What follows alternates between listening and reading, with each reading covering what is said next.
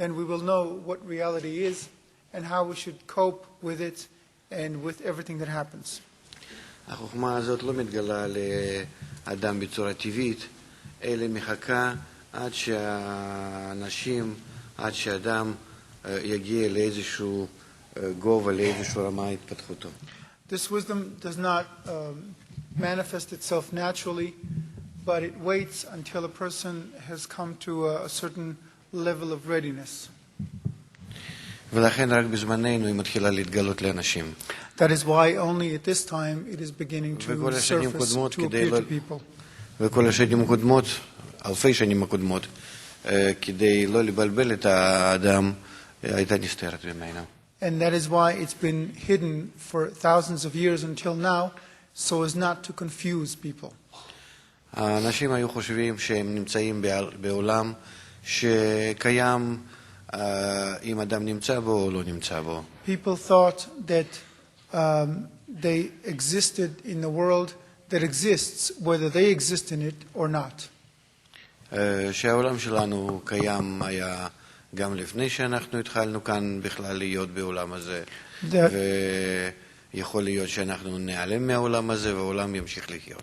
That our world existed before we came into it, and that it might continue to exist after we've ceased to exist in it. אחר כך הם התחילו להבין שאנחנו קולטים תמונת העולם בהתאם מי אנחנו. Later on, we began to realize that we perceive the picture of the world in accordance with who we are. זאת אומרת שתמונת העולם היא משהו משותף בין תכונות שלנו ותכונות החיצוניות מחוץ לנו. In other words, the picture of the world is a combination of what we are and what is on the outside. ואני קולט מסך הכל מה שיש מחוץ לי, חלק מהדברים ממה שהם קיימים מחוץ לי. I only perceive a part of what is outside me. בוא נגיד, כמו שנראה לנו עכשיו שמחוץ לנו יש הרבה מאוד גלי רדיו, ואנחנו קולטים רק גל אחד לפי שהמקלט שלי מכוון. For example, there might be around me many radio waves, but I only receive the one that my radio is tuned to. או אפשר להגיד כך, שאם יש בי איזו תכונה פנימית שלי, בהתאם לתכונות חיצוניות מחוץ לי, אז אני תופס כביכול מה שנמצא מחוץ לי. You might put it this way. If I have some inner property, then I perceive something that seemingly exists on the outside according to that inner property in me. ואם אין לי תכונה משותפת עם משהו מחוץ לי, אז אני לא מרגיש ולא תופס אותה. But if I do not have anything in common with what is on the outside, then I don't perceive anything. ויש עוד כל מיני תיאוריות על תפיסתנו בעולם, במציאות שאנחנו בו נמצאים. There are other theories too about our perception of the world we are in. גם בקשר לזמן תנועה ומקום יש הרבה מה לדבר על תפיסה שלנו. There's also a lot to say about our perception of time, space, and motion. למה המציאות נראה לנו שהיא מתרחבת ונמצאת באיזה מרווח מסוים לפי הצירים של המרחקים Why it seems to us that reality expands and follows along an axis of distance or time. ולמה נראה לנו שיש תנועה ושינויים. And why we think that there are changes and that there are movements. זה בהתאם לתהליכים הפנימיים שלנו, או שזה קיים בפני עצמו. It all actually corresponds to internal processes that exist in and of themselves. עד כמה שאנחנו מתקדמים בחקירות שלנו, אנחנו יותר ויותר שמים לב על זה התפיסה תלויה באדם עצמו. The more we advance in our research, the more we see that actually our perception depends on the individual, on the researching individual. וכאן אנחנו מגיעים להתפתחות מדעית, טכנולוגית, תבונתית, פנימית של אדם, שהוא כבר יכול להגיע לתפיסה מה שחוכמת הקבלה מציעה לו. And when one comes to that, then one comes to a certain state of perception in terms of technology or ability to perceive things, enabling him to perceive what the wisdom of Kabbalah has to offer. ולכן היא מתגלה. And that is why it is now surfacing. חוכמת הקבלה אומרת, אני אשתדל להעביר את זה כמה שיותר פשוט, יכול להיות שזה יהיה לחשבון העמקות ודיוק, אבל אין ברירה. I will try to convey it as simply as possible. It might be at the expense of accuracy, but I don't have a choice. חוכמת הקבלה אומרת שמסביבנו בעצם לא קיים כלום. The wisdom of Kabbalah asserts that around us there actually exists nothing. או קיים אור העליון כוח אחד שנמצא במצב קבוע. Or what does exist is something called upper light that is present, that exists in a state of complete rest and constant, unchanging state. שזה אפשר להגיד כמו שקיים או לא קיים, זה אותו דבר. So if you say that it exists or doesn't exist, you're actually saying the same thing. מפני שבעצם מה שאנחנו מודדים, אנחנו תמיד יכולים למדוד כלפי משהו שמשתנה. Because we can only actually measure with respect to something that changes. וכל התמונה, מה שאנחנו מרגישים את עצמנו כקיימים, היא באה רק מתוכנו. And the picture of us perceiving ourselves as existing actually stems from within us. שיש בנו גן מסוים או אינפורמטיבי. Within us there is a specific gene or a specific piece of information. שכל רגע ורגע מעורר בנו תכונות חדשות. Which constantly awakens in us new properties. ומתוך התכונות האלו אני מצייר לעצמי תמונת העולם, מה שאני מרגיש. And from within these properties I create for myself the picture of the world that I perceive. וכל זה מתרחש בתוכי, בתוך הראש שלי. But all this happens in my mind. ונותן לי הרגשת העולם החיצון. And creates in me the sensation of the outer world. שבעצם מחוץ לי אין שום דבר, אבל התמונה כך היא נראית לי. When in fact outside me there is nothing, but that's how the picture appears to me. זה תיאוריה מאוד יפה, עשירה, ומה שמעניין שהיא כתובה כבר מלפני אלפי שנים. This is a very nice and rich theory. The interesting thing is that it's been written thousands of years ago. וספר הזוהר אומר שרק בתנאי שהאדם מבין ומרגיש ושולט בתפיסה הזאת, הוא יכול להבין מה שכתוב בספרי הקבלה ובספר The book of Zohar says that only if one understands and perceives this kind of perception, then only then can one really understand what the book of Zohar talks about. מפני שהראייה, מה שספר הזוהר דורשת מהאדם, נמצאת מעל זה. Because the vision and perception that the book of Zohar requires is beyond that, is above that. זאת אומרת, אחרי שהאדם מרגיש את המוגבלות שלו ותפיסה הפנימית הזאת, meaning once one feels one's own limitation and this inner perception, שהוא מצייר לעצמו כל פעם מתוך התכונות הפנימיות שלו, that one constantly recreates and reforms through one's own inner properties. הקבלה מלמדת אותו איך לצאת מזה, Kabbalah teaches one how to go beyond it, לצאת מתוך עצמו ולראות מה שבאמת יש מחוץ לו. to extend himself and see what really exists on the outside. זאת אומרת, הוא צריך על פני התכונות שלו האינפורמטיביות שמתעוררות בו, Meaning on top of these informative properties that awaken in him, לבנות מה שנקרא מסך ואור חוזר. one has to build something called screen and returning light.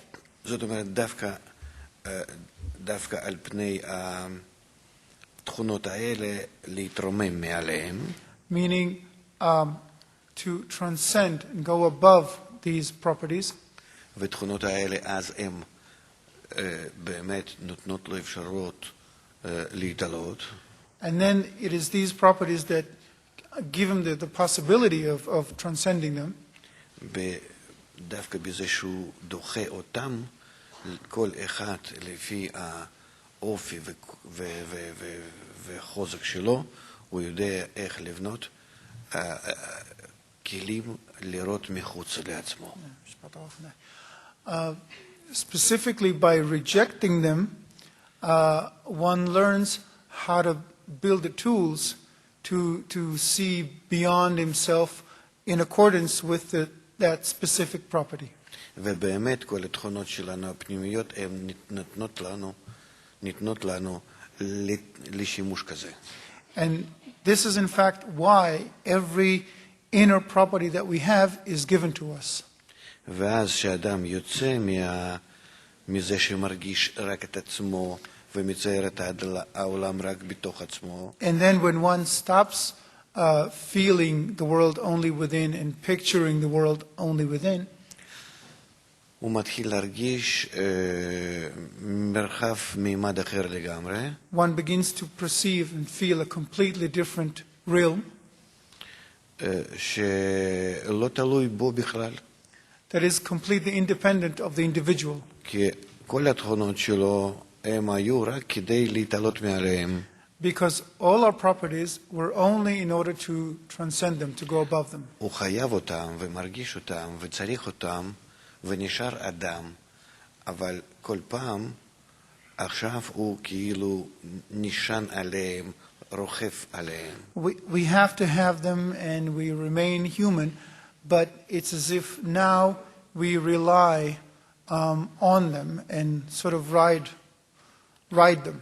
ואז אותם התכונות האלו שכל פעם משתנים בנו, בכל אחד מאיתנו, So these constantly changing properties in us וגודלים, that increase, הוא עכשיו בעזרתם גודל בתפיסה חיצונית מחוץ לו. through them, now one increases one's exterior perception ומרגיש זרימת החיים נצחית ושלמה ללא שום הגבלה. and feels the eternal and whole flow of life without any limitations.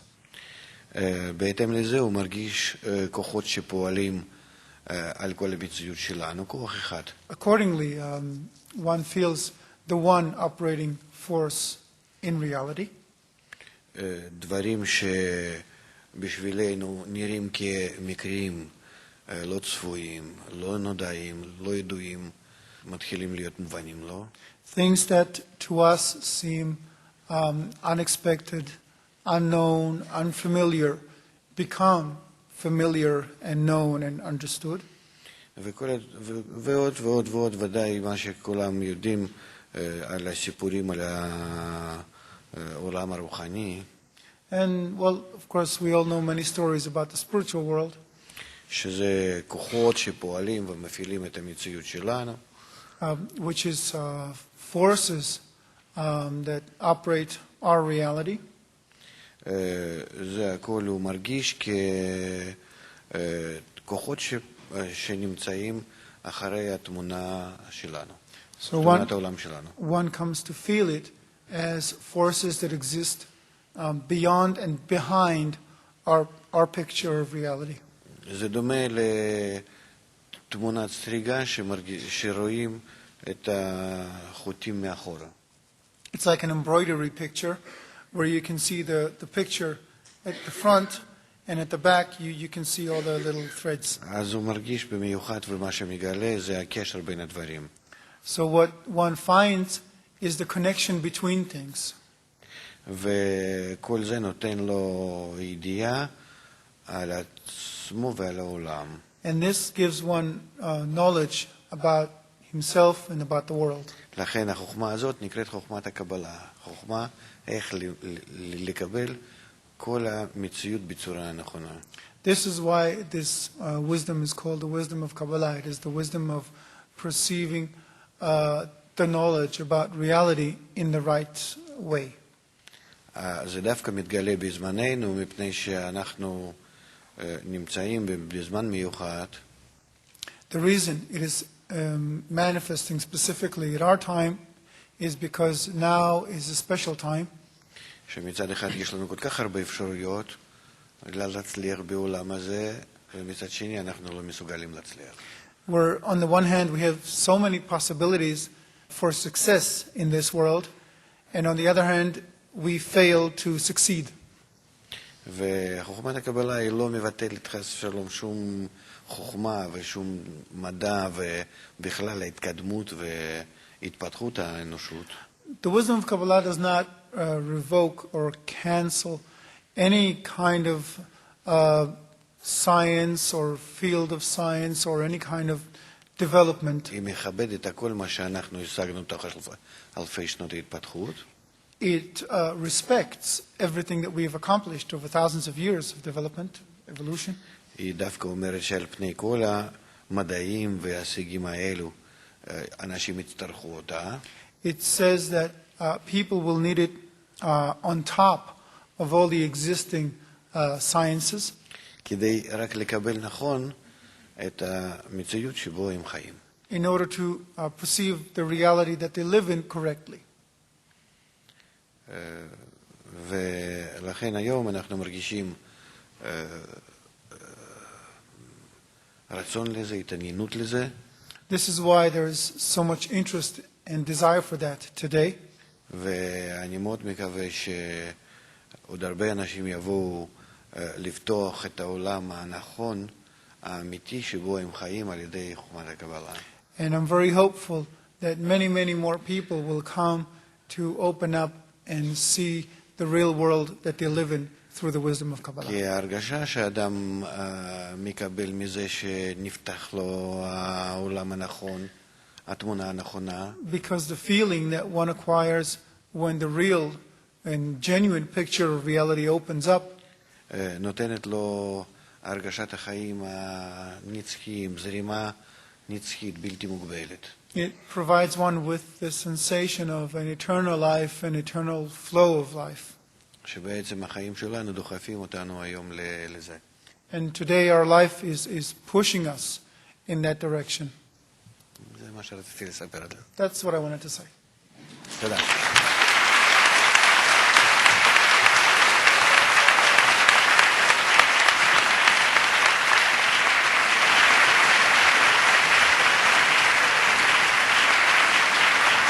Okay, now a few questions. First, Dr. Tiller. Why is it taking science, or has it taken science, so long to seriously research the spiritual? The second misconception that I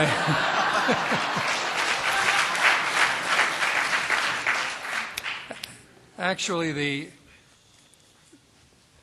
the facts are that establishment science is very stuck. And for whatever reason, and a whole variety of reasons, they know, in general, the establishment science does not wish to look at the data any more today than they didn't want to do so in Galileo's time. It takes a lot to look at the data, and it isn't to be done just with the intellectual mind. There must be development of the heart in the individuals, and they, in fact, to seriously look at this kind of data, they have to change. Everybody wants to be transformed, but no one wants to change.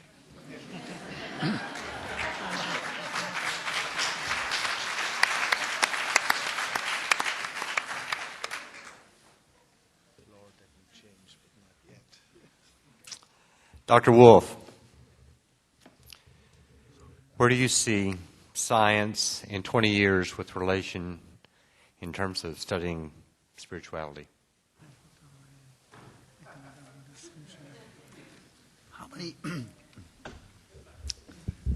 How many years? What do I see happening in 20 years? 20 years. 20 years. Well, let's see. 20 years ago, thereabouts, we wrote a book called Space, Time, and Beyond. At that time, we were predicting things that were thought to be really far out, and we were considered to be kooky.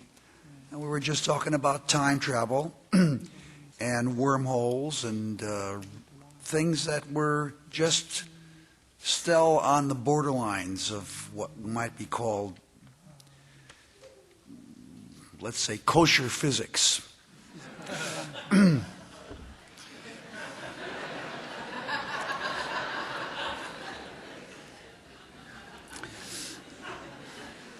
In 25 years, it's now become kosher physics, and people are writing about parallel universes. When I wrote Parallel Universes in 1985, it was considered to be so far out that physicists would write that this guy is not a scientist, don't believe him, this is all, there's no such thing, blah, blah, blah. This was 85% of most physicists did not believe in parallel universes in 1984. Today, it's the predominantly mainstream theory right now of quantum mechanics. Some would argue, maybe, but it's pretty much established as a serious contender, which it wasn't then. So what I'm trying to say is that what I foresee in 20 years from now is that whatever we're saying right now will become mainstream. So I'm hopeful. I'm hopeful that I believe I have a vision, and I believe I am a visionary, and I believe from my experience dealing with this vision that something good is coming. And I feel that we are going to achieve a spirituality of science, and something new will be discovered. There'll be some freaky things as well. And these freaky things might frighten a lot of people, such as maybe conscious machines. And that's going to get people a little freaked out, but I think it's coming. I think the whole nature of what it means to be a human being is going to transform in the next 20 to 25 years.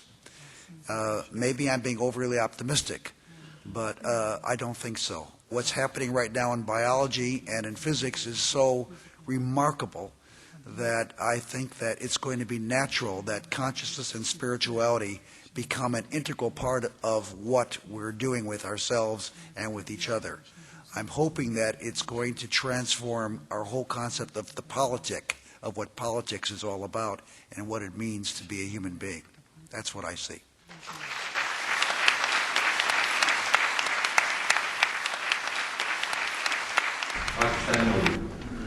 In the movie, it seems as though prior to an action, there were infinite possibilities. How is the actual act chosen?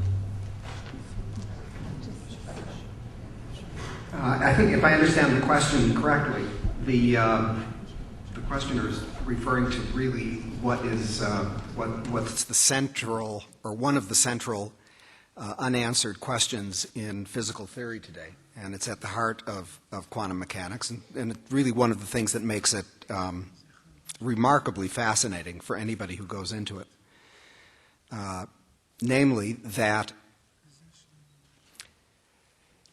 and this is something that is, what I'm going to describe now is universally accepted amongst physicists. This is not at all on the edge whatsoever. There's no controversy about this. If I say anything that is, I'll alert you to it ahead of time so you can recognize where the disputes are.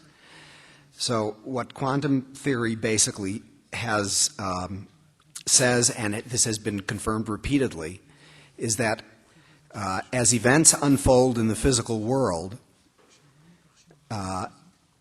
they unfold in the form, I'll speak a little bit loosely, they unfold in the form of an array, imagine an array of probabilities. And that entire array of probabilities is itself as a total array is completely mechanically determined.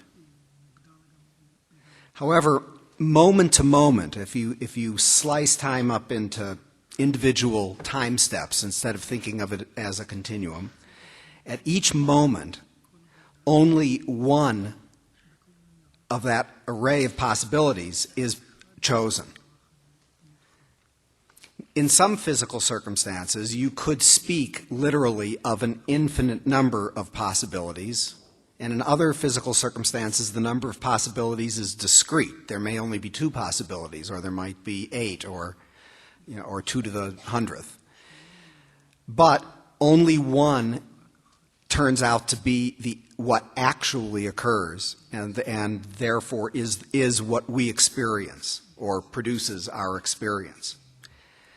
And the question is, what determines the particular actual event from this unfolding array of events? The unfolding array of events is mechanically determined.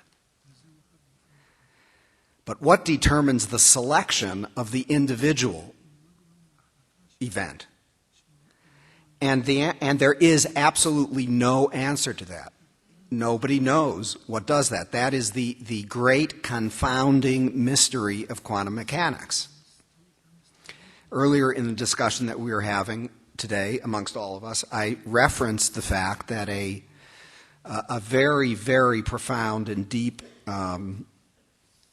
Kabbalist who lived in the 1700s in Padua, known as the Ramchal, Rabbi Luzzatto, commented in an introduction to one of his books that the physical world is comprised of a deterministic component and an indeterministic component. And he was explicitly addressing the emerging Enlightenment philosophy, the sort of Cartesian worldview that was beginning to emerge at that time. In other words, he was knowingly commenting on the fact that modern philosophy was developing around the conviction that everything that happens in the physical world is wholly determined by what has previously happened, which is a formulation that allows absolutely no room whatsoever for freedom of will or for any meaningful kind of consciousness. Really, if you think deeply enough about it, you'll realize that there's no possibility for an ethics, for nothing. It's just a dead mechanical system unfolding. And the Ramchal was explicitly addressing how this deepest form of Jewish understanding of the nature of the physical world and its purpose required that the physical world have a deterministic component and a non-deterministic component. The deterministic component in modern quantum theory, which may or may not, certainly can't say with any certainty that this is exactly the same thing that the Ramchal was saying. Quantum mechanics didn't exist then. The analogy is a tempting one. In any event, it is known that the unfolding of this array of probabilities is wholly deterministic. The selection is indeterministic, and let me phrase it this way. There is nothing in the physical world. This is known. There is nothing in the physical world that selects which of the outcomes occurs. Now, beyond that statement, science cannot say.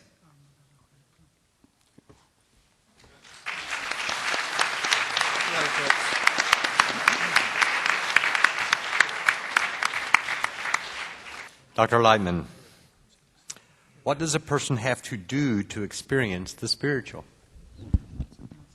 כדי להגיע להרגשת העולם הרוחני צריך לגדל, לרכוש בפנים אותם תכונות, מה שיש בו. In order to acquire a sensation of the spiritual world, you have to cultivate within the same properties that exist in the spiritual world. כי כל דבר שאנחנו תופסים במציאות שלנו, אנחנו תופסים לפי השוואת התכונות. Because everything that we perceive in our reality is done through an equivalence of properties. במידה שיש לי תכונות נוספות שאני רוכש אותן מהסביבה או עם הגיל. To the extent that I acquire additional properties either through the environment or through age, through time, עד כמה שמוח שלי מתחיל להיות מפותח בהתאם לתכונות החדשות. the more my mind evolves according to the new properties, לעכל אותם ולכוון אותם. digest them and process them. בהתאם לזה אני רואה יותר דברים בעולם. Accordingly, I see more things in the world ליתר עמקות. and deeper. הבעיה היא רק שיש תכונות שהן מתעוררות בנו במשך הזמן. The only problem is that some of the properties awaken over time. יש תכונות שאנחנו יכולים לקבל מהסביבה. Some we can acquire from the environment. ויש תכונות שאנחנו לא יכולים לקבל בצורה טבעית. And some we cannot acquire naturally. אנחנו צריכים על ידי שיטה מיוחדת לבנות אותם בתוכנו. We need to build them within us through a special method. וזה נקרא, וזה בדיוק מה שעושה באדם חוכמת הקבלה. And this is exactly what the wisdom of Kabbalah does. הלימוד מתוך טקסטים מקובלים. The study of Kabbalistic texts הוא מעורר באדם כאלו קשרים והבחנות שאף טקסט אחר בעולם שלנו לא יכול לעשות. evokes such interconnections and observations in a person that no other text can do. בונה לו תפיסות מאוד מאוד מיוחדות. It builds unique perceptions. הוא מתחיל לראות בחתך אחר לגמרי מציאות שנראית לנו, לכולנו בצורה רגילה. One begins to see the reality that appears ordinary to all of us through a completely different perspective. יש כזה תמונות תלת-ממדיות כמו טפטים, שאם אתה מסתכל עליהם, אתה מפזר את ריכוז העין שלך, אתה דווקא חודר לתוך התמונה ורואה שם תמונה תלת-ממדית. It's like those pictures, the three-dimensional pictures, that if you look at them, the holograms, yes, if at first glance you just see some forms, but if you just rest your eye on it for a while, then the inner picture appears from within. Yeah, it pops out, yes. No. They look completely, it looks almost random. When you look at it at the beginning, it looks like just a jagged random pattern.